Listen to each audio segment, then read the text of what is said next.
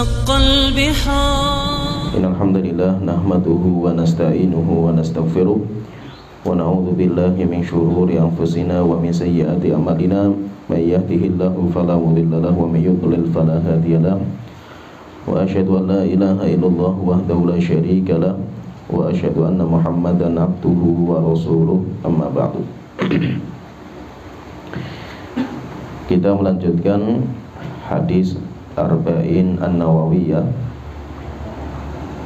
dan sekarang kita masuk di hadis yang ke-14. Al-Imam Nawawi rahimahullah ta'ala beliau berkata, An Abdullah bin Mas'udin radhiyallahu anhu qala qala Rasulullah sallallahu alaihi wasallam.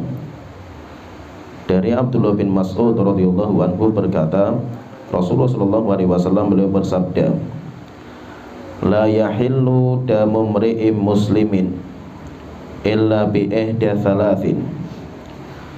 Tidak dihalalkan darah seorang muslim kecuali dengan satu dari tiga sebab. Yang pertama, ats-tsayyibu zani, seorang yang sudah menikah, duda, kemudian berzina.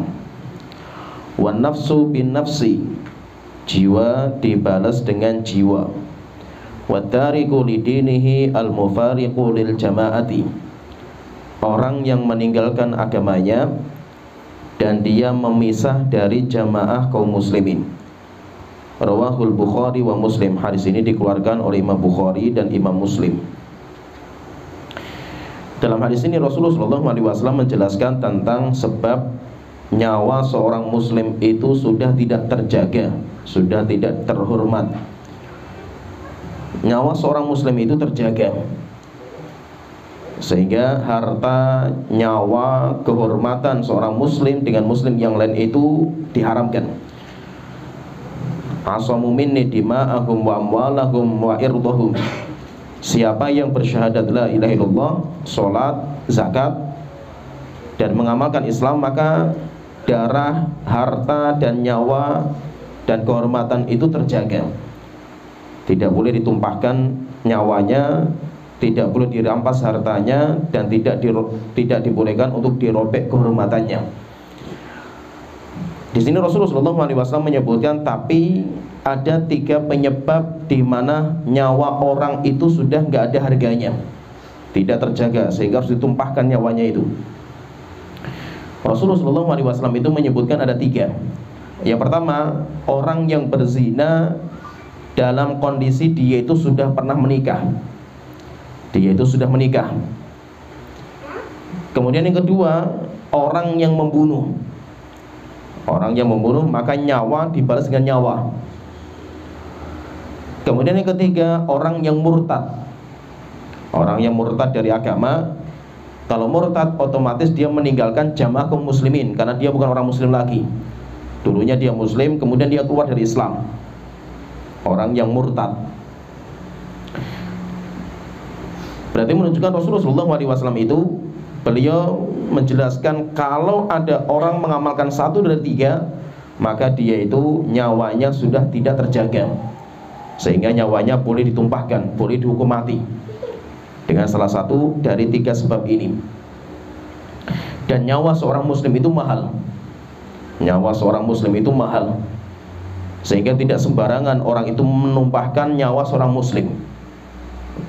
Maka ketika seorang muslim itu sudah masuk Islam, apalagi syahadat, itu mahal sekali di hadapan Allah Ta'ala. Tidak boleh kita itu menumpahkan darahnya kecuali dengan sebab yang Allah bolehkan, sebab yang dibolehkan dalam agama kita. Kalau kita menumpahkan nyawa seorang muslim tidak ada sebabnya, maka kita itu berbuat dosa besar. Dan dosanya nggak main-main, itu dosa besar sekali itu. Maka itu nyawa seorang muslim itu terjaga, kecuali kalau dia sendiri yang telah merobek harga dirinya, yaitu dia sendiri yang telah memutuskan penjagaan terhadap nyawanya. Ketika ada orang muslim itu, muslim satu dengan muslim yang lain itu saling menjaga. Haramun damuhu wa irduhu wa maluhu. Seorang muslim satu dengan yang lain itu diharamkan nyawa, harta, dan kehormatan. Tapi kalau dia sendiri yang telah merobek penjagaan terhadap nyawanya, maka di waktu itu nyawa itu sudah nggak ada harganya. Akhirnya orang itu boleh untuk dihukum mati. Nah, Rasulullah SAW menyebutkan ada 3, kita bahas satu persatu. Yang pertama orang yang sudah menikah kemudian berzina. Zina itu ada 2 macam. Orang yang berzina itu ada 2 macam. Yang pertama, jika status dia itu masih bujang. Status dia itu masih bujang, belum pernah menikah dengan nikah yang syar'i, maka orang seperti ini hukumannya dicambuk 100 kali. Hukumannya dicambuk 100 kali. Azani wal azaniyatu wazani fajlidu kulla wahidin minhum mi'ata jaldah. Laki-laki perempuan yang berzina, cambuk mereka 100 kali. Maksudnya apa? Laki-laki perempuan berzina itu laki-laki perempuan berzina dan dia belum menikah. Dia belum menikah, maka dicambuk 100 kali. Kemudian yang kedua itu seorang yang berzina dalam posisi dia itu sudah menikah dengan nikah yang sah. Sudah menikah dengan pernikahan yang sah. Baik pernikahan itu masih berlalu, yaitu masih berlangsung pernikahan itu, masih suami istri, dia masih punya istri sah, atau sudah bercerai, yaitu sudah terputus pernikahannya itu, dia sudah bercerai atau sudah meninggal, istrinya meninggal gitu. Dia pernah menikah dengan nikah yang syar'i, nikah yang halal gitu. Dia sudah merasakan bagaimana hubungan intim yang halal itu kayak apa gitu. Kemudian dia berzina, maka orang seperti ini hukumannya rajam. Orang seperti ini dia dirajam. Apa itu rajam? Rajam itu diikat di lapangan. Kemudian orang-orang muslim itu berdatangan ke lapangan bawa batu.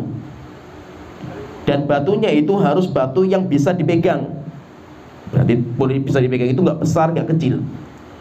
Itu bisa dipegang. Tidak terlalu besar batunya itu dan tidak terlalu kecil kerikil, bukan, batu yang bisa dipegang oleh tangan, jari-jari itu bisa ngepal. Itu. Kemudian nanti ngelemparnya pun kata para ulama itu tidak boleh tangan itu ke belakang dari punggungnya itu. Jadi standarnya punggung harus sejajar tangan yang lempar itu, tidak boleh ke belakang. Kalau sejajar dengan punggung, maka lemparannya itu nggak keras itu. Ya, kecuali kalau kita itu tangan kita tarik ke belakang itu, lemparannya keras sekali itu kan itu. Tapi nggak boleh keras-keras lemparannya itu. Kalau batunya kecil, yaitu bukan batu yang besar itu, batunya sedang. Kemudian tangan yang melempar itu sejajar dengan punggung, berarti lama sekali matinya itu orang itu kan itu. Kita katakan memang itu hukuman bagi orang yang berzina, dirajam. Itu namanya dinamakan dengan rajam. Kalau sehari belum mati, ya dilanjutkan hari besoknya. Tetap ditunaikan haknya itu. Waktunya makan, ya disuapin. Setelah itu apa? Rajam lagi. Malam hari waktunya tidur, ya suruh tidur dia itu. Setelah itu apa? Besoknya dirajam lagi itu. Sampai akhirnya apa? Harus orang itu mati dengan lemparan batu. Sampai orang itu mati. Itu yang dinamakan dengan hukum rajam. Oleh itu nggak main-main itu. Karena orang mengatakan kok ngeri sekali hukum Islam itu. Kenapa? Karena dosa zina itu sangat mengerikan. Yaitu dosa zina itu, dosa itu bahaya. Yaitu efeknya itu besar dosa zina itu. Kenapa? Saking besarnya dosa zina itu, yang menanggung akibat dari dosa itu bukan hanya pelaku saja itu. Coba saking ngerinya itu. Ya, anaknya yang nggak punya dosa pun ikut menanggung itu. Itu namanya akibat. Jadi orang yang berbuat dosa itu, yang menanggung akibatnya itu bukan hanya pelakunya saja itu. Saking parahnya itu, orang yang berbuat juga mendapatkan hukuman.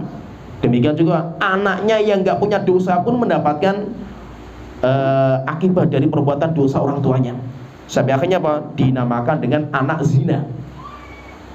Anak zina, dia pun nggak punya wali, nggak punya bapak dia itu. Dia tidak punya bapak itu. Terus walinya siapa itu? Walinya wali hakim. Sehingga kalau menikah, ya dia yang menikahkan dia wali hakim, KUA. Terus kalau bapak yang menzinai ibunya itu meninggal dunia, itu pun gak mendapatkan warisan, karena dia bukan bapaknya. Dia bukan bapaknya. Hatta walaupun itu anak kandungnya itu, tetap dia bukan bapaknya. Sehingga bapaknya kalau meninggal dunia, anaknya nggak mendapatkan warisan. Itu kan mengerikan, nggak main-main itu. Sekarang kalau orang ditanya itu, nah dosa saya apa? Kan saya cuma yang berbuat kan bapak saya itu dan ibu saya itu. Kita katakan itulah namanya akibat dosa. Saking parahnya itu yang menanggung banyak orang itu. Sehingga anaknya menanggung, masyarakatnya menanggung juga. Apalagi lingkungan masyarakat, nggak main-main itu. Dosa zina itu dosa yang membuka azabnya Allah Ta'ala. Rasulullah mengatakan tidak ada zina dan riba yang merajalela illa ahallu bidzalika ba'sallah, kecuali masyarakat itu sudah mengundang datangnya azab Allah Ta'ala itu. Akhirnya bahwa ketika zina sudah merajalela, tinggal tunggu saja azab itu. Dan azab itu macam-macam itu. Tsunami, bukan hanya azab itu berupa azab alam gitu, musibah alam, tsunami, gempa bumi, gunung meletus, bukan itu. Tetapi azab itu karena apa? Allah akan memilihkan pemimpin-pemimpin yang zalim. Itu azab juga itu. Pemimpin yang zalim itu kan azab gitu.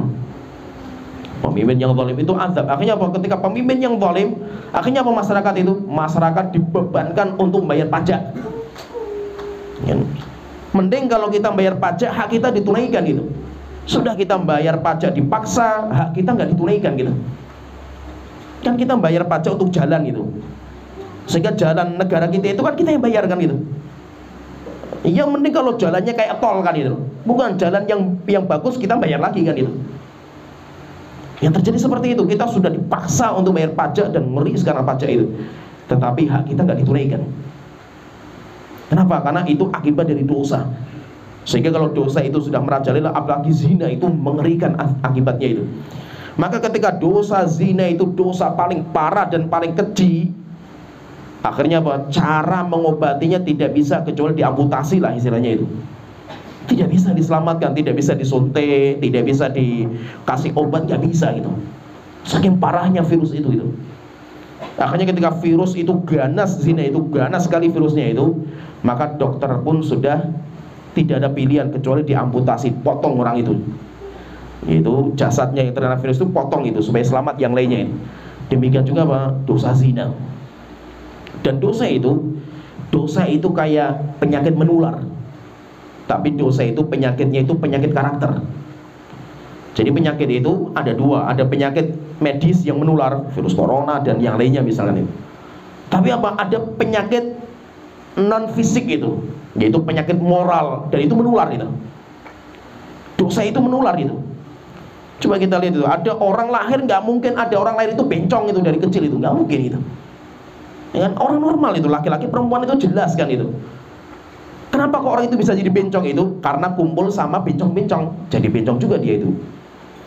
Nggak ada orang lahir itu dia itu kayak homoseksual, nggak ada gitu. Homoseksual itu kan bukan bawaan lahir, bukan gitu. Tetapi kenapa? Karena dia kumpul dengan orang-orang seperti itu, atau dia itu pernah jadi korban gitu. Akhirnya dia itu nanti menjadi homo juga gitu. Orang lahir nggak mungkin dia itu pengedar narkoba itu, pecandu narkoba, enggak gitu. Tapi kenapa dia itu bisa rusak seperti itu? Karena tertular itu loh. Dia itu tertular. Maka itu penyakit dosa itu penyakit menular. Kalau seandainya ada dua orang berzina di masyarakat dibiarkan itu, pasti nanti ada yang berzina lagi itu. Kenapa? Karena menular itu. Maka tidak ada pilihan dalam agama kita untuk menyelesaikan penyakit seperti menular seperti ini kecuali langsung diamputasi. Tujuannya apa? Untuk menyelamatkan jasad-jasad yang sehat gitu loh. Ya, demikian juga apa? Ini harus diamputasi sehingga orang-orang itu tidak ada yang mengulang gitu. Itu selesai, penyakit itu selesai itu. Coba kalau kita lihat itu hukum selain hukum Islam itu, yang seakan-akan hak asasi manusia, seakan-akan itu kita itu toleransi, seakan-akan itu kita kebebasan dan yang lainnya itu.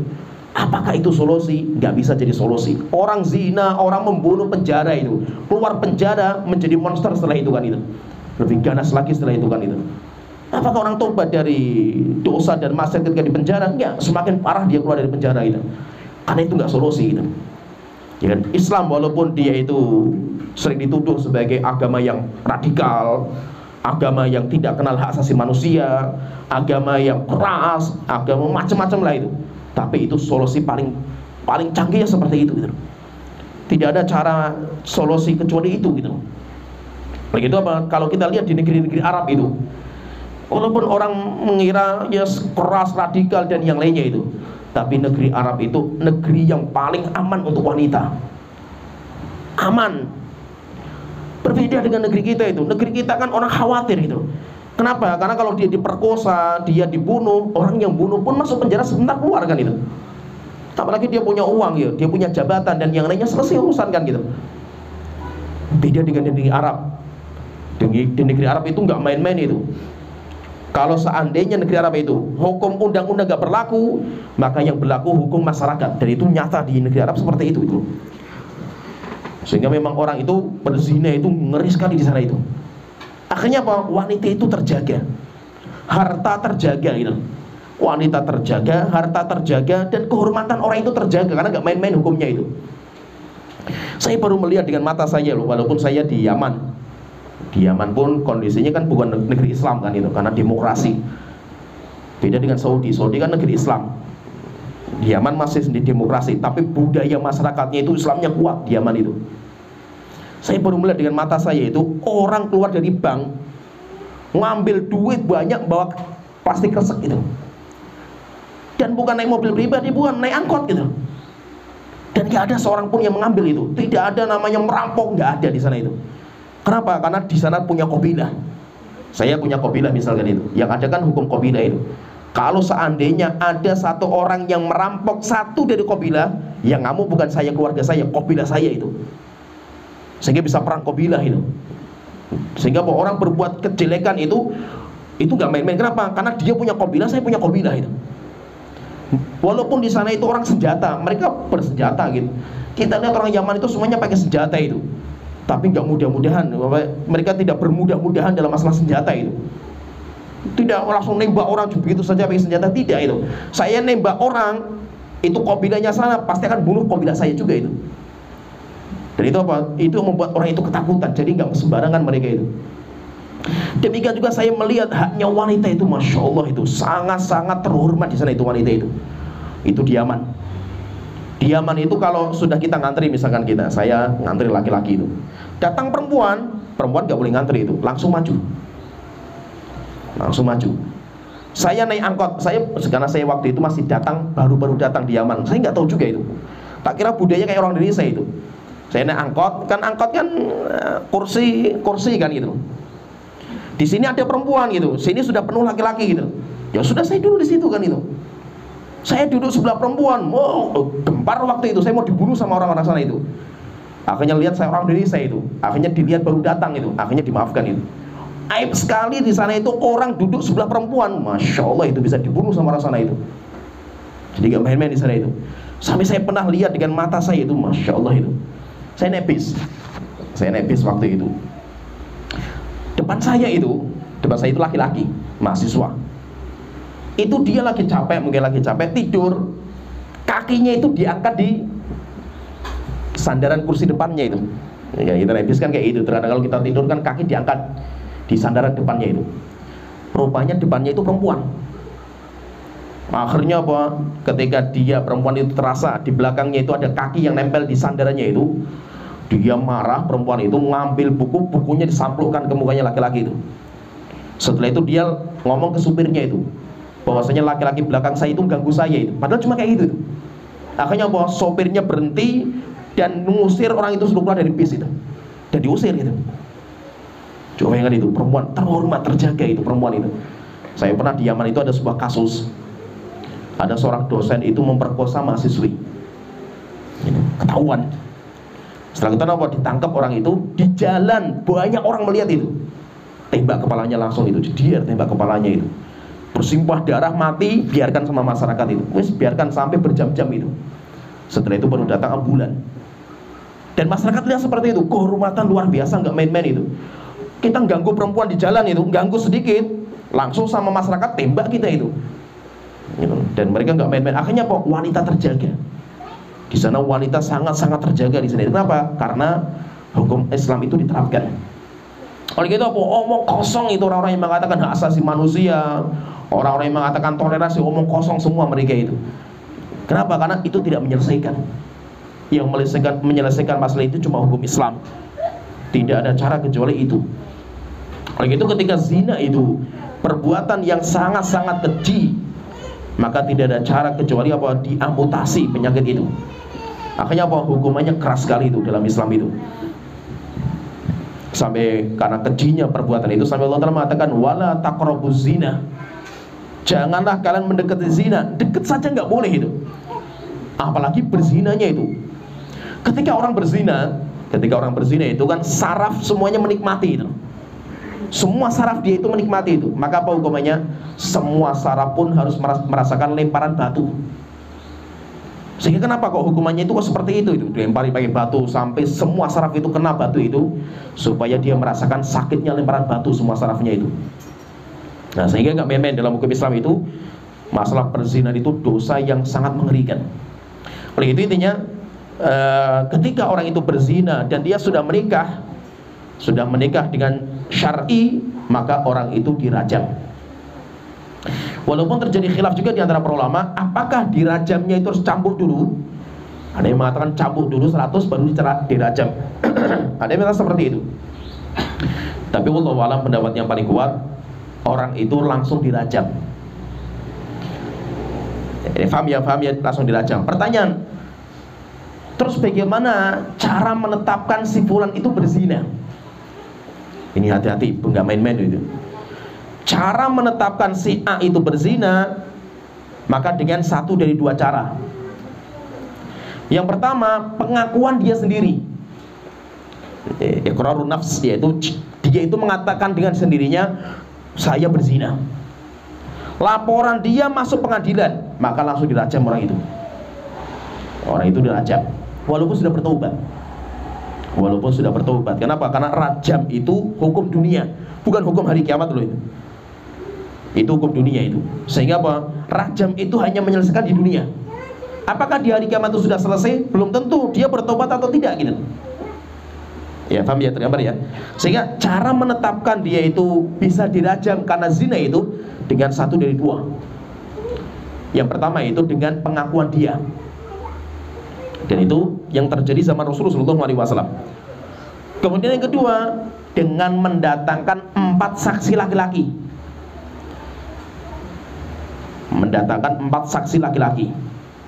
Dan saksi laki-laki itu harus melihat kemaluan masuk kemaluan. Coba bayangkan, gak main-main loh, karena itu hukuman paling berat.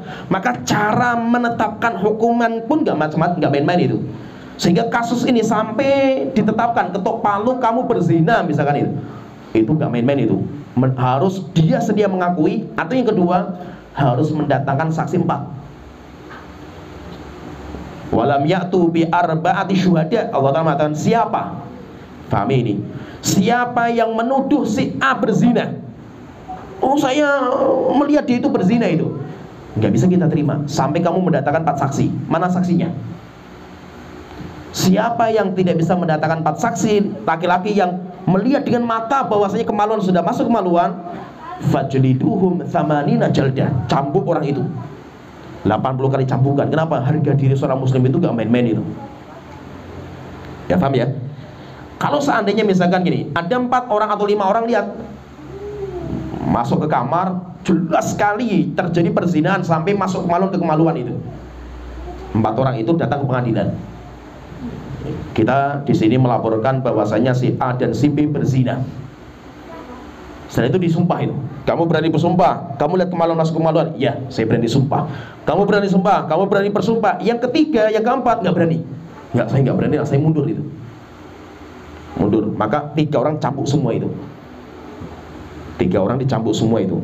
Kenapa? Karena menuduh seseorang dengan berzina itu dosa besar. Ya, paham ya? Karena itu harga diri itu. Karena tadi kita sebutkan ada 3 yang terjaga seorang muslim itu: harta, nyawa, kehormatan. Dan kehormatan itu apa? Kehormatan itu ketika menuduh orang lain dengan tuduhan sesuatu itu. Dituduh dengan zina, dituduh dengan sesat, dituduh dengan kafir, itu kan harga diri kita, harga diri dia roboh kan itu dengan tuduhan itu. Maka kalau tuduhan sampai masalah zina, harus mendatangkan saksi. Kalau tidak, kamu kita cambuk. Kenapa? Karena kamu sudah menuduh si A dan si B berzina gitu. Dan tuduhan sudah sampai ke pengadilan itu. Maka kalau tidak ada 4 saksi atau 1 mundur, ada 4 orang datang, 1 mundur, 3-nya dicambuk semua itu. Maka itu apa? Syekhul Islam mengatakan itu, tidak pernah ada dalam sejarah Islam orang berzina sampai dirajam karena persaksian.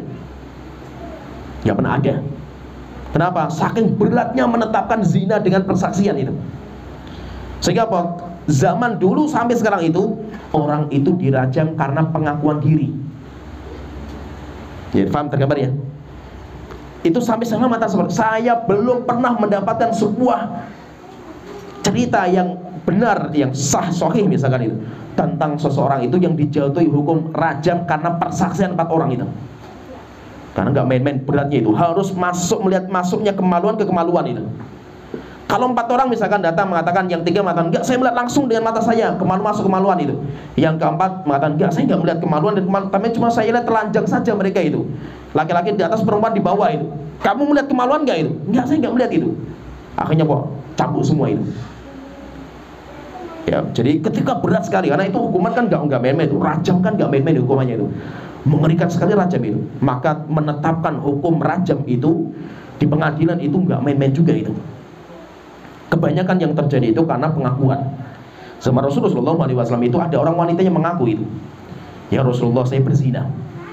Dan buktinya itu saya hamil sekarang, wahai Rasulullah, itu saya hamil, ini hamil saya itu sebagai bukti saya itu berzina itu. Akhirnya Rasulullah mengatakan, apa yang kamu ucapkan itu? Ini nggak main-main loh. Kamu mengatakan saya berzina itu konsekuensinya berat loh, nggak main-main loh. Akhirnya Rasulullah panggil keluarganya itu. Ditanya, apakah ini wanita ini gila itu? Oh, keluarganya mengatakan, enggak, wahai Rasulullah, itu wanita normal itu. Akhirnya Rasulullah mengatakan, kamu ngomong seperti ini nggak main-main loh hukumannya itu. Akhirnya Rasulullah mengatakan, sudah, kamu sekarang pulang. Sudah, kamu pulang, setelah itu tunggu sampai kamu melahirkan. Nanti kalau kamu melahirkan tolong bawa ke saya itu. Akhirnya wanita itu pulang di rumahnya sampai melahirkan itu. Setelah melahirkan, dia itu sudah melahirkan, bawa anak datang ke Rasulullah itu. Akhirnya Rasulullah mengatakan, sudah, kamu pulang lagi, tunggu sampai menyusui, berikan hak anak itu air susu sampai 2 tahun. Setelah itu wanita pulang, nyusui sampai selesai. Setelah itu datang lagi Rasulullah, ya Rasulullah, sudah saya susui 2 tahun, ya Rasulullah, tolong bersihkan dosa saya itu, saya berzina itu. Akhirnya Rasulullah ambil putranya. Setelah itu Rasulullah mengatakan pada para sahabat, wahai sahabatku, rajam wanita ini. Akhirnya dibawa ke sebuah lapangan, padang pasir lapangan di bawah gunung. Setelah itu wanitanya diikat, kemudian dilempari pakai batu. Saking ada seorang sahabat itu, dia itu membawa batu besar, lempar sampai darahnya muncrat itu, darahnya perempuan itu mengenai wajahnya itu. Setelah itu sahabat ini melaknat, wahai Tuhanku, laknatilah wanita ini, berbuat dosa yang sangat keji sampai dihina dengan hukuman seperti ini itu. Rasulullah mendengar orang mengatakan seperti itu, langsung marah Rasulullah itu. Kenapa kalian laknat wanita yang sudah, dia itu pengen mensucikan dirinya dengan bertobat seperti ini itu. Dia sudah bertobat, laqad taba taubatan, dia sudah bertobat dengan sebuah taubat itu. Jika taubatnya dibagi sama penduduk Madinah, cukup taubatnya itu. Tapi tetap dirajam karena sudah laporannya masuk ke pengadilan gitu. Kalau sudah masuk pengadilan, taubatnya orang itu nggak ada manfaatnya itu, tetap rajam. Ya paham ya? Maka nggak main-main, tidak main-main. Apalagi menuduh dengan tuduhan-tuduhan zina tanpa sebab itu. Laki-laki, perempuan, suami istri, hati-hati masalah ini. Kalau seandainya misalkan ini pernah terjadi kasus, nanti ada hukum namanya hukum li'an. Kalau kita belajar fikih itu nanti ada hukum namanya hukum li'an, saling melaknat. Apa itu hukum li'an itu? Jika contohnya misalkan ini, seorang suami misalkan itu pulang kerja mendapatkan istrinya berduaan sama laki-laki telanjang di kamar itu. Nah, terus apa yang kita katakan? Kamu berzina, perhatikan itu. Ucapan ini, kamu berzina ini tuduhan. Harus mendatangkan 4 saksi itu. Akhirnya apa? Pernah ada orang sahabat itu pulang mendapatkan istrinya itu berduaan sama laki-laki di kamar, telanjang. Langsung lapor ke Rasulullah, ya Rasulullah, istri saya berzina dengan laki-laki lain gitu. Maka Rasulullah mengatakan, datangkan 4 saksi. Kalau tidak kamu saya cambuk itu. Akhirnya dia mengatakan, ya Rasulullah, saya melihat pulang rumah lihat istri saya bersama laki-laki lain telanjang gitu. Apakah harus mendatangkan saksi biar saya mengatakan dia itu berzina? Ya, harus 4 saksi. Kalau nggak ada 4 saksi kamu saya cambuk itu. Coba kan, nggak main-main kan itu. Akhirnya dia mengatakan, ya Rasulullah, saya sendirian, pulang sendirian, saya nggak punya siapa-siapa yang menjadi saksi itu. Kamu saya sambung. Coba ya kan itu. Akhirnya dia mengatakan, terus gimana kalau saya dicambuk ya Rasulullah? Padahal saya seperti itu. Kamu bisa keluar dari cambukan kalau kamu melaknat istri kamu. Namanya hukum li'an. Akhirnya apa? Dia bersumpah, demi Allah, saya bersumpah atas nama Allah bahwa ucapan saya benar, istri saya itu berzina. Saya bersumpah atas nama Allah dan saya siap dilaknat oleh Allah seumur hidup itu jika saya keliru itu, bahwa istri saya berzina 5 kali itu. Yang kelima dia mengatakan, dan saya siap diazab dunia dan akhirat, dilaknat jika seandainya istri saya itu gak berzina. Kalau dia sudah berani melaknat istrinya, namanya li'an, laknat istrinya itu, maka istrinya dirajam. Diambil istrinya itu. Suami kamu sudah melaknat kamu itu, sehingga apa? Dia sudah berani bersumpah 5 kali bahwasanya kamu berzina itu. Kalau dia keliru, dilaknat sama Allah dunia dan akhirat itu. Maka berarti kamu sekarang saya ambil, saya rajam itu.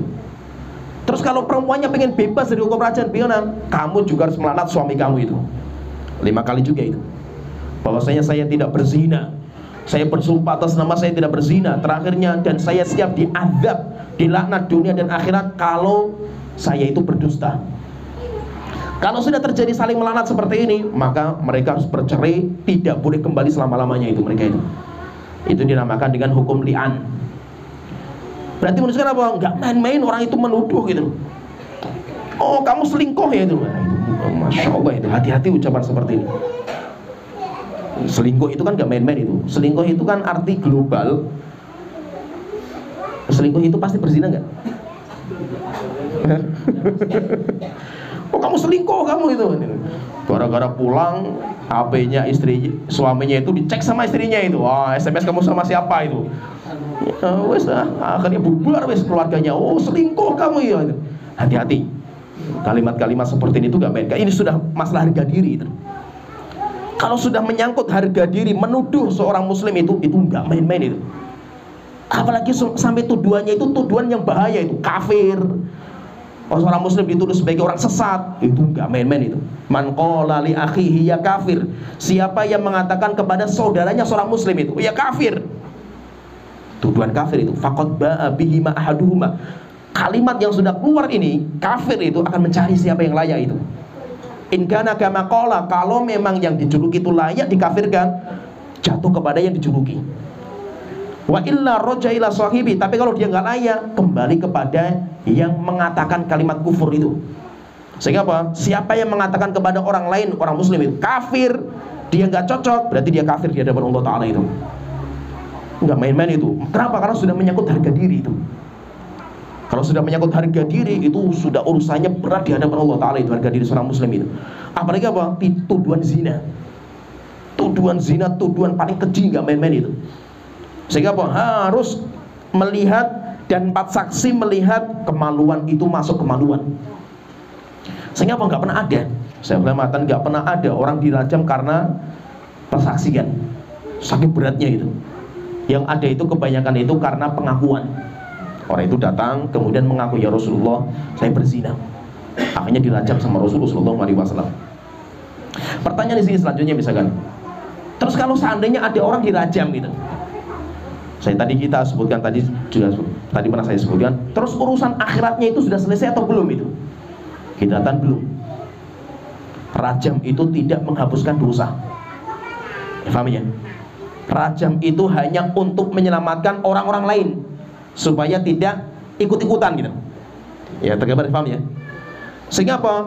Urusan orang itu dirajam itu bukan untuk masalah dia, bukan gitu. Ya, paham ya? Jadi kalau ada orang di zina kemudian dirajam, itu bukan untuk masalahnya orang itu, bukan gitu. Bukan sebagai pembersih dosa-dosa orang itu, bukan juga gitu. Tetapi rajam itu maslahatnya untuk orang lain, supaya orang lain itu selamat dari penyakit menular ini gitu. Terus apa yang menghapuskan dosa-dosa dia itu di hari kiamat? Taubatnya dia. Ada orang dia berzina, dirajam, dia belum bertobat, hatinya masih belum menerima hukum Allah Ta'ala itu ya. Dia belum bertobat dalam hatinya itu, dirajam mati, urusannya sampai hari kiamat belum selesai itu ya. Kenapa? Dia belum bertobat gitu. Jadi yang menghapuskan dosa itu taubatnya itu. Sedangkan rajam itu bukan urusan dunia, tetapi bukan urusan akhirat. Rajam itu untuk urusan dunia saja. Ya, paham ya? Pertanyaan, kalau seandainya orang berzina, pertanyaan, apa yang terbaik bagi saya kalau saya bertobat?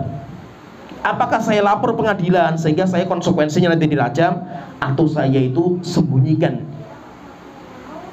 informasi itu kepada pengadilan, saya nggak lapor gitu?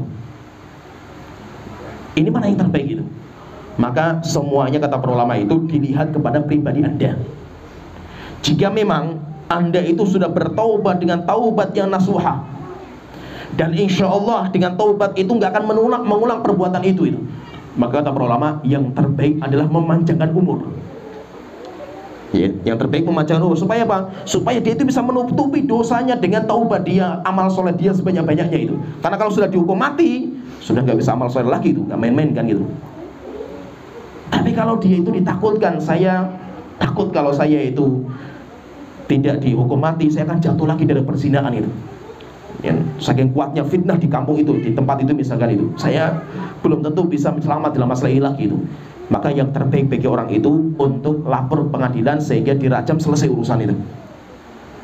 Ya, paham ya? Itu pernah terjadi juga di Saudi. Ada seorang syekh itu cerita dalam khutbah Jumat, masya Allah itu ceritanya itu. Sampai syekhnya itu nangis ketika khutbah karena cerita ini itu. Ada seorang temannya dia, temannya syekh itu, orang Saudi. Dia sudah menikah, pergi ke luar negeri lah, ke Eropa, bisnis.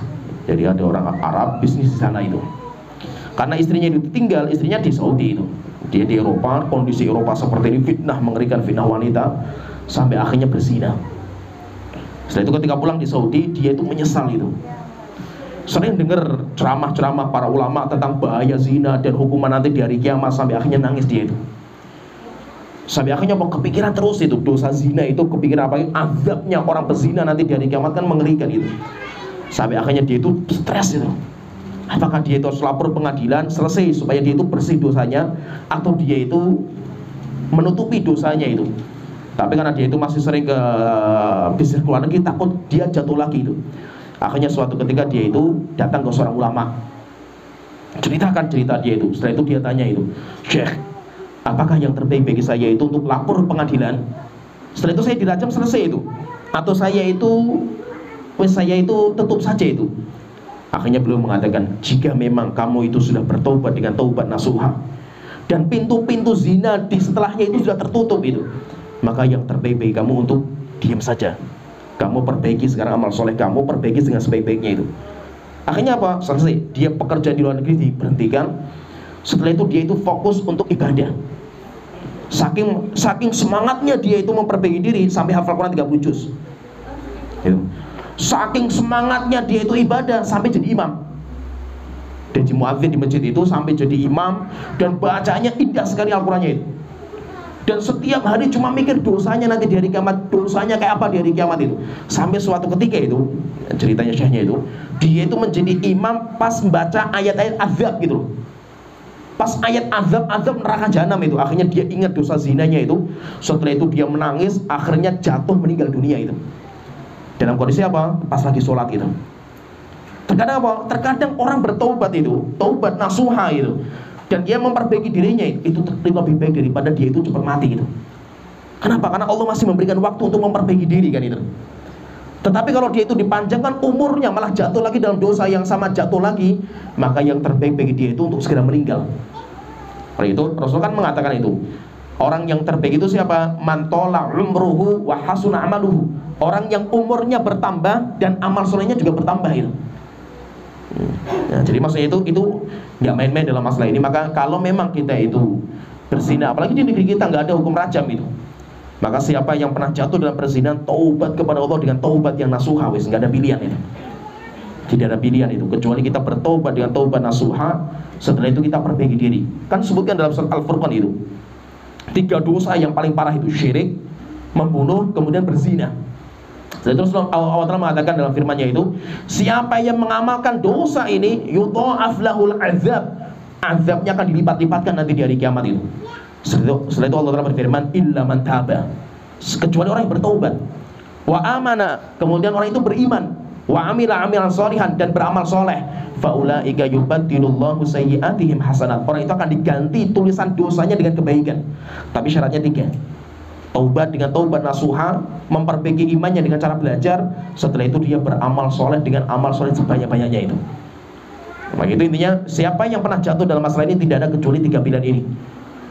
Kalau kita remehkan, maka dosa zina itu gak main-main itu nanti di hari kiamat itu.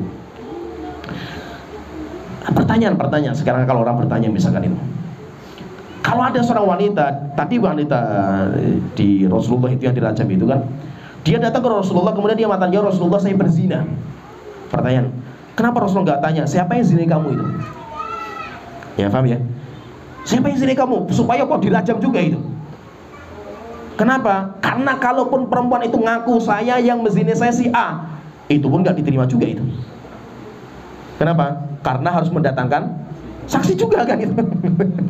Saksinya mana itu? Kamu mengatakan si A yang menghamili saya itu, saksinya mana itu? Berarti kan sudah menuduh juga kan itu. Sehingga tidak, Rasul nggak bertanya itu, siapa yang zina kamu? Kenapa nggak penting gitu? Kenapa butuh saksi lagi nanti, dan saksinya harus 4 orang lihat semua gitu. Dan itu lebih berat lagi kan itu. Oleh itu apa? Oleh karena itu intinya itu, kalau memang dia itu berzina, ngaku berzina, ya dia urusan dia itu. Urusan dia itu. Sedangkan siapanya nggak penting itu. Nah itu nanti kalau dalam pembahasan fikih itu, walaupun khilaf di antara para ulama itu, yaitu ketika ada seorang berzina, laki-laki perempuan berzina, setelah itu laki-laki yang menzina itu menikahinya itu. Pertanyaan, status anaknya itu kayak apa gitu? Status anaknya itu kayak apa itu? Ada yang mengatakan kalau memang itu adalah bapak kandungnya itu, secara biologisnya itu, maka bisa dinisbatkan kepada bapaknya, tetap dinamakan walinya bapaknya ini. Tapi wallahu alam, pendapat yang paling kuat tetap tidak dianggap, walaupun bapak kandungnya itu. Walaupun perempuannya mengatakan saya itu mengambil si fulan gitu, tetap kita katakan gak bisa. Kenapa? Karena itu air mani haram yang tumpah secara haram, sehingga tidak menyebabkan bapak kandungnya itu secara hukum syariat itu nggak berlaku itu. Walaupun memang itu anak kandungnya itu, sehingga tidak boleh dinikahi sama bapaknya nggak boleh, tapi tetap status syariatnya nggak bisa itu. Sehingga ini bukan walinya, tidak bisa jadi wali dalam pernikahan. Demikian juga tidak bisa mendapatkan warisan anaknya itu, bagaimanapun itu. Kenapa? Karena status agamanya itu nggak sah. Kenapa nggak sah? Karena air mani haram. Ya, maka tetap tidak bisa itu. Nah, jadi intinya seorang yang berzina itu nggak main-main, hati-hati itu. Karena hukumannya rajam bagi orang yang sudah menikah itu. Oleh itu kalau kita itu takut untuk jatuh seperti ini, maka segera menikah. Tidak ada pilihan kecuali itu. Yang jomblo-jomblo segera menikah itu. Ya kan? Apalagi kalau seandainya istri meninggal misalnya, atau suami meninggal itu, kalau memang takut fitnah itu segera menikah. Sampai jatuh dalam perzinahan kan sudah pernah menikah, itu lebih ngeri lagi itu. Nggak main-main itu. Kemudian juga masalah perzinahan ini, masalah hukum rajam itu, ini perlu saya sampaikan sedikit faedahnya itu. Rajam itu di dalam Al-Quran nggak ada. Rajam itu di Al-Quran nggak ada. Maksudnya ayat yang bicara masalah rajam itu nggak ada. Yang ada itu cambukan. Bagi orang yang berzina itu dicambuk. Tapi kita katakan tadi, cambuk itu bagi orang yang belum menikah. Tapi kalau orang yang sudah menikah, di Al-Quran nggak ada. Adanya dalam hadis Rasulullah SAW, ada ceritanya terkenal sekali itu, hadisnya Sahih Bukhari Muslim itu. Tapi ayatnya nggak ada itu. Tapi maka kita katakan memang ayatnya itu nggak ada lafadznya. Kenapa? Karena lafadznya itu sudah dihapus, tapi hukumnya itu masih ada. Itu dinamakan nanti bab, kalau kita belajar nanti itu ada namanya bab nasih mansuh. Kalau kita belajar tafsir ahkamul Quran itu nanti ada bab atau usul fikih dibahas juga, namanya nasih dan mansuh. Ada ayat yang menghapus, ada ayat yang dihapus. Nasih mansuh. Dan nasih mansuh itu nanti ada 3. Ada yang dihapus lafadz saja, hukumnya masih berjalan.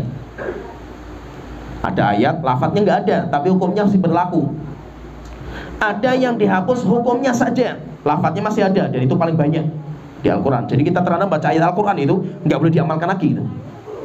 Lafadznya masih ada, masih kita baca dalam sholat kita itu, tapi nggak boleh diamalkan. Kenapa? Karena hukumnya sudah dihapus. Ya. Ada juga lafaz Al-Quran yang hukumnya dan lafaznya dihapus. Ya, teman-teman paham ya? Nah, jadi ada tiga, penghapusan itu ada tiga. Penghapusan lafaznya saja itu, hukumnya masih ada. Contohnya apa? Contohnya rajam. Rajam itu ada ayat dulu, itu ada ayatnya itu. Jadi ada ayat masalah rajam itu, saya sebutkan riwayatnya ya. Jadi dulu itu ada ayat di dalam surat Al-Ahzab masalah rajam. Sampai ada sebuah riwayat itu, Ubay bin Ka'ab itu pakarnya Al-Quran, sahabat. Beliau itu mengatakan, yaitu intinya menjelaskan itu, dulu itu ada ayat yang kita baca dalam surat kita itu. Apa ayatnya itu? Asy-syaikhu wasy-syaikhatu idza zanaya. Laki-laki perempuan yang sudah tua, masih sudah menikah itu, kemudian berzina, farjumuhum albattah. Rajamlah mereka.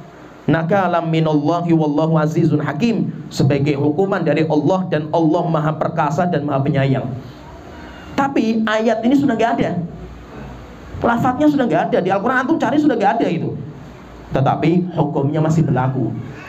Sampai Umar bin Khattab itu mengatakan di atas mimbar itu, demi Allah, saya punya niatan memberikan catatan kaki di Al-Quran itu. Ada ayat di surat Al-Ahzab dulu lafadznya kayak gini, tapi nggak ada. Sekarang itu sudah dihapus, tetapi hukumnya masih berjalan. Jika bukan karena saya takut orang mengatakan nanti Umar nambahi ayat Al-Quran, Umar nambahi ayat Al-Quran itu, niscaya akan saya tulis itu. Karena saya tidak mau ada orang yang nanti mengatakan rajam itu nggak ada di Al-Quran gitu. Rajam ada, ayatnya itu memang sudah nggak ada lafadznya, tapi masih berlaku hukumnya itu. Jadi pahami ini maksudnya itu, ayat yang bicara masalah rajam itu dihapus oleh Allah Ta'ala lafadznya, tetapi hukumnya masih berlaku. Nah, itu dinamakan nanti dengan bab nasih dan masuk. Maka kalau kita cari Al-Quran itu, coba kita cari masalah rajam, nggak ketemu gitu, nggak ada, karena lafadznya sudah nggak ada itu. Tetapi hukumnya itu masih berlaku. Kalau mayoritas nasih mansuh itu untuk penghapusan hukum. Banyak kita baca Al-Quran itu hukumnya nggak bisa diamalkan lagi itu, karena sudah dihapus dengan ayat yang lainnya itu. Ini jadi yang pertama, pembahasan yang pertama itu tentang orang yang dihukum mati, harga dirinya, nyawanya sudah nggak terjaga disebabkan karena dia itu berzina dan dia sudah menikah. Pertanyaan, kalau dia itu belum menikah, zina terus berkali-kali itu, sampai pengadilan itu ditanya, kamu zina sudah berapa kali? 10 kali itu, tapi tidak pernah sah itu loh, berzina itu tidak pernah halal itu, tetap dia itu dicambuk. Zina lagi setelah itu, cambuk lagi. Zina lagi, cambuk lagi itu. Tidak bisa dirajam sampai dia itu menikah syar'i. Ya paham ya? Jadi yang membuat dia dirajam itu kenapa? Karena dia itu pernah menikah dengan pernikahan yang sah, kemudian setelah itu berzina. Tapi kalau zina tidak bisa membuat dia itu dirajam.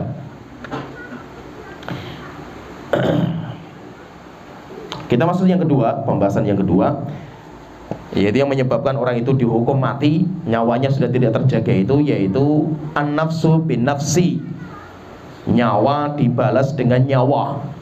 Yaitu maksudnya apa? Orang yang membunuh. Orang yang membunuh itu, maka nanti dia itu dikisos. Paham ini? Hukumannya namanya kisos, bukan rajam. Kisos, kalau kisos itu kayak dikisos, dihukum mati, dieksekusi, dipenggal lehernya. Jadi kisos itu apa sekarang itu? Sekarang gini, kalau ada orang membunuh itu, maka dia itu dikisos. Kisosnya itu apa? Dipenggal lehernya. Dengan cara, paham ini? Dengan cara bagaimana dia itu bisa cepat mati, ya, gitu. Beda dengan rajam kan. Kalau rajam kan dengan cara yang paling lama matinya itu, supaya sarafnya semuanya merasakan sakitnya lemparan batu. Kalau kisos enggak. Kalau pancung, hukum pancung itu enggak seperti itu. Hukum pancung itu bagaimana cara membunuh yang paling cepat sehingga cepat mati dia itu. Dan rupanya apa? Pembunuhan yang paling cepat itu dengan ditebas lehernya dari belakang, itu paling cepat dan diteliti sama para ilmuwan itu pembunuhan yang paling, kalau paling enak lah istilahnya itu, walaupun gak ada yang enak kan gitu. Tapi dari semua macam pembunuhan itu, pembunuhan yang paling cepat dan paling gak terasa sakit itu ini. Ya walaupun sakit juga, Allah alam rasanya kayak apa kan itu. tapi lebih ringan. Itu diteliti sama para ilmuwan seperti itu. Dan diteliti sama para ilmuwan itu kalau ditebas lehernya dari belakang itu, dari lehernya belakang itu, sakitnya itu cuma sebentar. Dan itu walaupun kejut-kejut misalkan itu sudah nggak ada rasa sakitnya, sudah nggak ada itu. Berbeda kalau dibunuh dengan cara yang lain, ditembak misalkan itu sakitnya luar biasa berlipat-lipat itu. Apalagi diracun, stroke, masya Allah itu lebih mengerikan lagi itu. Sehingga Islam kalau dilihat kan paling cepat jediar itu, ngeri sekali Islam itu, keji sekali itu. Itu sudah paling terbaik itu. Cara yang terbaiknya seperti itu.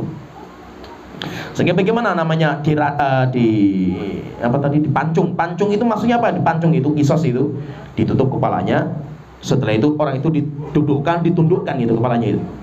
Tebas dari belakang dengan cara yang paling cepat gitu. Setelah itu terlepas kepalanya. Setelah itu langsung mati orang itu. Cepat sekali cara membunuhnya. Ini beda sama orang yang berzina. Sehingga itu dinamakan dengan hukum pancung. Hukum pancung. Bagi siapa? Bagi yang membunuh. Tapi pahami ini, membunuh itu ada 3 macam. Pembunuhan itu ada 3 macam. Yang pertama dinamakan dengan qatlul amdi, membunuh dengan sengaja. Apa itu dengan sengaja? Orang membunuh dengan niatan memang untuk membunuh, dengan alat yang bisa untuk membunuh gitu. Dia membawa alat untuk membunuh. Biasanya untuk membunuh itu pisau, pedang, tembak. Memang itu alat untuk membunuh gitu. Dan dia itu memang niatnya mau membunuh orang itu. Itu namanya pembunuhan dengan cara sengaja. Dan siapa saja yang ikut campur dalam kasus itu, semuanya dirajam, semuanya dipancung. Semuanya itu yang ikut campur itu. Sampai Umar bin Khattab mengatakan, jika seandainya satu penduduk Son'a, ibu kota Yaman itu, satu kota itu, semuanya ikut campur dalam pembunuhan seorang muslim itu, akan saya pancung semuanya itu, hukum mati semua itu. Tetapi itu yang dinamakan dengan qatlul amd. Kalau itu Allah telah mengatakan dalam Al-Quran itu, wa may yaqtul mu'minan muta'ammidan, siapa yang membunuh seorang muslim dengan sengaja itu, fajaza'uhu jahannam, balasannya neraka jahannam, khalidan fiha, kekal di dalam neraka itu. Wa ghadiballahu alaihi, Allah murka kepadanya, wa la'anahu, Allah melaknatnya itu, wa a'addalahu azaban azima, dan Allah akan menjadikan azab pedih bagi dia itu. Ini hukuman neraka, hukuman akhiratnya itu. Hukuman dunianya pancung. Sehingga apa? Dipancung di dunia, di hari kiamat disediakan 5 azab sama Allah Ta'ala itu. Sampai pernah dibahas sama para sahabat itu. Abdullah bin Umar pernah ditanya, Abdullah bin Umar, orang kalau membunuh itu dia kekal neraka jahanam atau tidak itu? Aqidah Ahlussunnah kan mengatakan enggak. Terus bagaimana dengan ayatnya itu? Khalidan fiha, khalid itu kan kekal gitu. Maka jumhur atau ulama Ahlussunnah mengatakan maksudnya itu tinggal lama di neraka. Dia itu lama sekali di neraka, tapi kekal enggak. Tidak selama-lamanya, tapi dia akan dikeluarkan, tapi tinggalnya di neraka itu lama sekali itu. Ya. Jadi maksudnya itu kalau yang disebut dalam ayat itu nanti akhiratnya itu. Tetapi kalau hukuman dunianya itu orang itu dipancung. Nah itu dipancung. Bagi siapa itu? Orang yang membunuh dengan sengaja. Kemudian yang kedua, pembunuhan yang kedua itu dinamakan dengan syibhul amdi,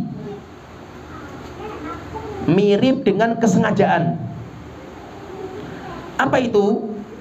Orang yang berniat untuk melukai dengan alat yang tidak untuk membunuh. Rupanya orangnya mati gitu.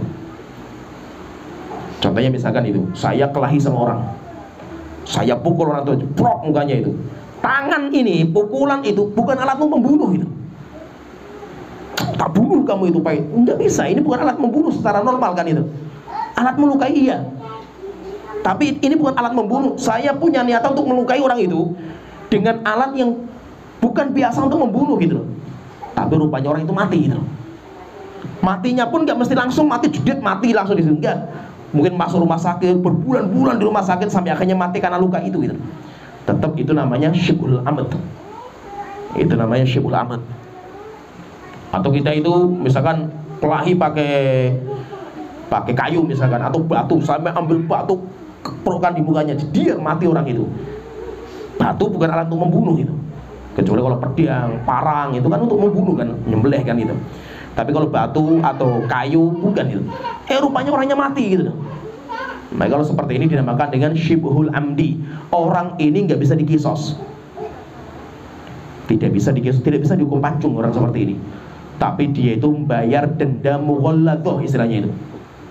100 ekor onta, ontanya itu dibesarkan itu, yaitu diparahkan itu. Jadi 20 ekor onta harus sekian umurnya.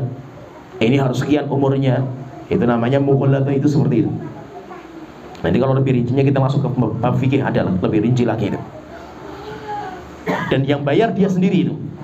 Yang bayar dia sendiri itu, dan harus puasa nanti 40 hari untuk menebus dosa dia di hari kiamat gitu. Jadi ada namanya hak hamba, yaitu kalau ada orang yang terbunuh itu, kita bunuh orang itu, berarti apa? Dia kan punya keluarga, punya ahli waris itu. Maka kita punya sangkut paut dengan ahli warisnya itu. Dengan cara apa? Kita bayar denda. Setelah itu urusan dia dengan hari kiamat oleh Allah Ta'ala, nanti dia puasa. Harus dia puasa untuk menebus dosa dia dengan Allah Ta'ala. Tapi dosa dia dengan keluarganya itu, karena satu keluarganya kan terbunuh itu, maka dia itu disuruh membayar denda. Itu dinamakan dengan qatlu syibhul amdi, mirip dengan kesengajaan. Kemudian yang ketiga itu dinamakan dengan qatlul khata'. Namanya qatlul khata'. Khata' itu apa? Keteledoran. Membunuh tidak ada kesengajaan, karena teledor gitu, karena kita itu nggak sengaja gitu, tidak sengaja itu. Itu apa? Orang itu nggak punya niatan membunuh sama sekali, tiba-tiba ada orang mati gitu, dengan sebab dia itu. Contohnya misalkan gini, saya berburu, melempar anak panah ke burung, yes, meleset, anak panahnya jatuh kena orang mati gitu. Kan saya nggak tahu kalau di sana ada orang kan gitu. Saya bikin sumur di rumah itu, sumurnya belum jadi, sama tukang lupa nggak ditutup gitu. Saya lupa nutup itu. Tiba-tiba ada anak main-main jatuh situ mati gitu. Nah itu saya berarti apa? Saya itu penanggung jawab untuk menanggung orang itu. Kenapa? Karena orang itu mati karena teledornya saya itu. Saya kalau bikin sumur itu berarti apa? Harus ditutup kalau malam hari kan. Selesai di tukangnya pergi harus ditutup kan gitu. Kalau dibuka ikan teledor saya kan gitu. Iya paham ya? Teledor saya kan itu. Saya misalkan makan pisang kulitnya tak buang di jalan raya itu, teledor saya itu. Ada orang ngebut naik motor kena itu, terpleset mati orang itu. Aduh, saya nanggung. Saya berarti apa? Saya penanggung jawab kan gitu. Karena teledornya saya, buang sampah bukan di situ kan itu. Kecuali apa? Saya buang sampah di tong sampah, orang ngebut nabrak tong sampah mati itu. Ya kan sama itu tong sampah kan ngawurnya tuh sopirnya kan gitu. Ya paham ya? Tapi kalau ini saya itu naruh di situ tuh, sampah naruhnya di jalan kan, banyak orang-orang, masya Allah orang Indonesia itu buang sampah di jalan gitu, luar biasa itu. Itu lalu lintas orang kan gitu. Ya, dan itu banyak itu jalan raya kayak itu, buang sampah. Orang di rumah bawa plastik sampah itu, buangnya di jalan raya, pergi lagi setelah itu. Luar biasa, jalan raya untuk lalu lintas malah dibuang sampah itu.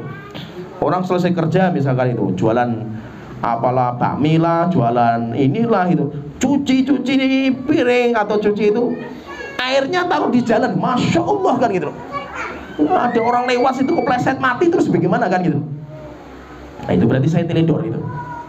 Saya teledor. Kalau teledor seperti ini apa? Berarti ini teledor kan, berarti saya itu kan. Lah kalau saya teledor itu maka nanti dia itu nggak bisa dikisos juga itu. Tetapi dia itu disuruh bayar denda yang mukhaffafah. Dendanya diringankan. Ringankan itu 20 onta seperti ini ukurannya lebih bawah daripada yang nomor 2 itu. Dan siapa yang bayar itu? Yang bayar itu akilahnya. Yang bayar itu keluarga besarnya. Sehingga kalau saya misalkan teledor sampai akhirnya Pak ada orang mati gara-gara saya, misalkan saya tadi berburu tadi itu, saya harus membayar 100 ekor onta itu. Terus bagaimana itu? Saya kumpulkan keluarga besar saya, kita patungan. Sehingga nanti yang bayar itu akilahnya. Akilah itu keluarga besar saya itu. Ya, tapi apa? Tetap harus dibayarkan. Karena nyawa itu harganya 100 ekor onta. Nyawa itu. Dan anggota tubuh satu itu harganya 100 ekor onta. Hidung kan jumlahnya 1 itu. Berarti satu hidung itu harganya 100 ekor onta itu. Orang kelahi mukul hidung jeprot, saya itu apa? Hidungnya patah gitu. Berarti apa? Saya bayar 100 ekor onta. Karena satu hidung harganya 100 ekor onta itu. Tangan misalkan saya kelahi pukul tangannya orang, dia patah tangannya itu. Maka tangan itu ada 2, berarti 100 bagi 2. Berarti satu tangan berapa harganya? 50 ekor unta. Jari-jari, saya kulai sama orang jari-jarinya biar patah satu jari-jarinya itu. Jari-jari ada 10. Berarti 100 ekor unta bagi 10. Berarti satu jari-jari itu harganya 10 ekor unta. Itu dinamakan dengan diatnya, yaitu denda. Dinamakan dengan denda. Nah, jadi seperti itu. Oleh itu apa? Enggak sembarangan orang membunuh. Dalam Islam membunuh sengaja, orang itu dipancung. Orang itu dipancung. Kenapa? Harga diri seorang muslim itu mahal. Kecuali kalau jadi ada beberapa nanti pembunuhan yang nggak bisa dipancung itu, seperti bapak bunuh anaknya, nggak bisa. Seperti orang muslim bunuh orang kafir, nggak bisa dihukum juga itu. Seperti tuan bunuh seorang budak, nggak bisa juga itu. Jadi nanti ada beberapa poin di mana kasus pembunuhan tetapi tidak bisa dikisos.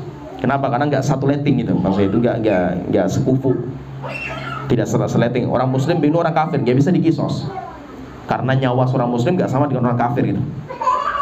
Ya paham ya? Bapak terhadap anaknya nggak bisa dikisos juga itu, karena bagaimanapun bapak itu punya jasa terhadap anaknya itu, sehingga tidak bisa bapaknya dikisos karena anaknya itu. Kemudian yang terakhir itu yang menyebabkan orang itu dihukum mati itu orang yang murtad. Orang yang murtad dari agama. Orang yang murtad itu lebih parah daripada orang kafir asli. Orang kafir asli kan nggak boleh dibunuh itu, kecuali kalau dia melawan kaum muslimin di peperangan kan itu, namanya kafir harbi. Tapi kalau dia itu nggak ikut perang melawan kaum muslimin, maka orang kafir nggak boleh dibunuh itu. Berbeda dengan orang murtad. Orang murtad itu hukumnya mati, hukumnya pancung dia itu, kalau sudah murtad dari agama itu. Terus kalau misalkan ada orang murtad masuk pengadilan itu, setelah itu dia masuk Islam lagi itu, saya bertobat, saya masuk Islam itu. Pertanyaan, dihukum mati nggak orang itu? Enggak, karena dia sudah masuk Islam lagi itu. Kalau dia sudah masuk Islam berarti hukum murtadnya itu hilang. Hukum murtadnya hilang, maka dia itu sudah tidak dihukum lagi itu. Beda dengan orang yang tadi berzina dengan orang yang membunuh. Orang berzina, laporannya sampai pengadilan. Dia sudah bertobat, enggak, saya sudah bertobat dengan taubat nasuha itu. Enggak manfaat, enggak ada bermanfaat. Taubat kamu tuh akhirat itu. Dunia enggak bisa itu. Akhirnya apa? Kamu tetap harus dihukum rajam. Ya. Demikian juga bahwa orang membunuh itu. Dia sudah bertobat, saya sudah bertobat kepada Allah dengan taubat nasuha itu. Taubat kamu tuh akhirat. Dunia tetap kamu dipancung kamu itu. Nah, sehingga intinya kalau orang itu murtad dari agama, murtad itu dosa yang paling parah, karena dia keluar dari agama, dan itu lebih parah daripada orang kafir asli, orang murtad itu. Maka orang yang murtad itu hukumannya dihukum dengan hukum mati. Nanti selain itu, selain yang disebutkan 3 itu, ada beberapa yang dihukum mati. Contohnya misalkan orang yang mengamalkan liwat. Liwat itu homoseksual. Homo dibunuh juga hukumannya itu. Yang penting apa? Homo itu hukum mati. Homoseksual itu, LGBT itu hukumannya mati itu. Tapi yang menjadi khilaf itu para ulama itu, cara bunuhnya kayak apa itu? Apakah dia itu dirajam kayak orang berzina? Bukan, dia nggak berzina itu. Atau dia itu dipancung? Enggak, dia bukan. Terus bagaimana hukumannya itu? Kata para ulama, hukumannya yang paling mengerikan. Yang penting hukum mati. Dengan cara apa? Bebas, pemerintah boleh menetapkan. Bisa dilempar di atas tebing, gunung apa, loteng, lempar tai ke atas, kepalanya di bawah, jatuhkan itu. Atau dia taruh di bawah, diturunkan atau dilemparkan batu besar di atasnya, kepalanya pecah, terserah. Yang penting apa? Orang yang pelaku homoseksual itu hukumannya mati itu. Tapi caranya gimana cara matikan itu? Bebas. Pemerintah diberikan wewenang. Kenapa? Karena nggak ada caranya secara syar'i, jadi nggak ada. Pertanyaan, kalau orang korupsi bisa nggak dihukum mati itu, orang korupsi itu? Tidak bisa itu. Karena mencuri itu nggak bisa dihukum mati. Dia orang mencuri itu potong tangan. Kalau sudah sampai nisabnya pencurian, potong tangannya itu kanan. Nanti kalau dia mencuri lagi, potong kiri. Mencuri lagi, potong kakinya. Tapi kalau sampai membunuh, memang ada riwayat kalau sudah 5 kali mencuri, potong-potong sudah tangan, kaki, semuanya sudah terpotong, berarti sudah 4 kan itu. Masuk mencuri lagi, ya sudah, sebagian akan dibunuh. Karena mau diapain lagi kan itu? Apalagi mau dipotong, tangan sudah dipotong, kaki semuanya sudah dipotong semua itu, masih mencuri lagi, maka sebagian ulama mengatakan orang itu dihukum mati. Tetapi riwayat seperti ini lemah, sehingga maksudnya itu selain itu tidak. Demikian juga termasuk juga yang dihukum mati itu jasus, mata-mata. orang muslim tapi jadi mata-matanya orang kafir itu pun juga dihukum mati juga itu. Nah, jadi seperti itu ya, pembahasan tentang penyebab yang menjadikan darah seorang muslim itu sudah tidak terjaga, bisa ditumpahkan darahnya itu karena dia itu mengamalkan satu dari tiga sebab ini. Ya, sampai di sini pembahasan kita. Nanti insya Allah kita akan masuk di hadis yang ke-15, berbicara tentang iman yang terbaik. Nanti ada 3 amalan yang menunjukkan iman yang terbaik. Nanti insya Allah kita bahas pada pertemuan berikutnya. Ya, sampai di sini. Wa akhiru da'wana alhamdulillahirabbil alamin. Sallallahu alaihi Muhammad wa ala alihi wa sahbihi ajmain.